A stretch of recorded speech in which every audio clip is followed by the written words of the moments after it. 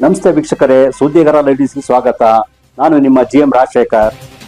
ಪ್ರಕೃತಿಯ ಮುನಿಸು ಮತ್ತು ಕರುಣೆ ಎರಡು ಎಷ್ಟು ನಿಗೂಢ ಎಂಬುದಕ್ಕೆ ಚಿಕ್ಕಮಗಳೂರು ಜಿಲ್ಲೆಯ ಎನ್ಆರ್ಪುರ ತಾಲೂಕಿನ ಬಾಳೆಹೊನ್ನೂರಿನಲ್ಲಿ ನಡೆದ ಈ ವಿಸ್ಮಯಕಾರಿ ಘಟನೆ ಸಾಕ್ಷಿಯಾಗಿದೆ.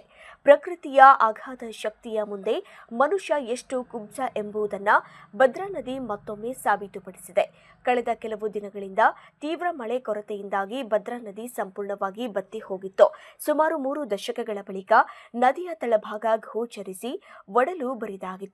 ನೀರು ಬತ್ತಿ ಮರಳುಗಾಡಿನಂತಾಗಿದ್ದ ಈ ಜಾಗವನ್ನೇ ಸ್ಥಳೀಯ ಯುವಕರು ಕಳೆದ 2 ತಿಂಗಳಿನಿಂದ ತಮ್ಮ ಆಟದ ಮೈದಾನವನ್ನಾಗಿ ಮಾಡಿಕೊಂಡಿದ್ರು.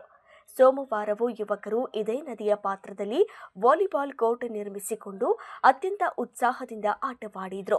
ಆದರೆ ರಾತ್ರಿ ಕಳೆದ ಮಂಗಳವಾರ ಬೆಳಗ್ಗೆಯಾಗುವುದರೊಳಗೆ ವಾಲಿಬಾಲ್ ಆಡಿದ್ದ ಅದೇ ಜಾಗ ಸಂಪೂರ್ಣವಾಗಿ ಜಲಾವೃತಗೊಂಡಿದೆ.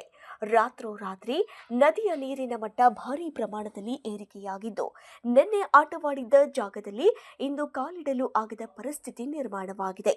ಸದ್ಯ ಅಲ್ಲಿ ವಾಲಿಬಾಲ್ ಕೋರ್ಟ್ ನೆಟ್ ಕಟ್ಟಲು ಬಳಸಿದ್ದ ಕಂಬಗಳು ಮಾತ್ರ ನೀರಿನ ಮೇಲ್ಭಾಗಕ್ಕೆ ಕಾಣಿಸುತ್ತಿದ್ದು, ಉಳಿದಂತೆ ಇಡೀ ಮೈದಾನ ಬೋರ್ಗರೆಯುವ ನೀರಿನಲ್ಲಿ ಮುಳುಗಿ ಹೋಗಿವೆ.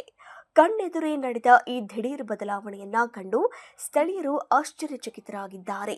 ಒಣಗಿದ್ದ ಭದ್ರೆಯ ಒಡಲು ಮತ್ತೆ ತುಂಬಿ ಹರಿದಿರುವುದನ್ನು ಕಂಡು ಸ್ಥಳೀಯ ನಿವಾಸಿಗಳು, ರೈತರು ಹಾಗೂ ಬೆಳೆಗಾರರಲ್ಲಿ ಈಗ ಹೊಸ ಸಂಭ್ರಮ ಮತ್ತು ಸಂತಸ ಮನೆ ಮಾಡಿದೆ.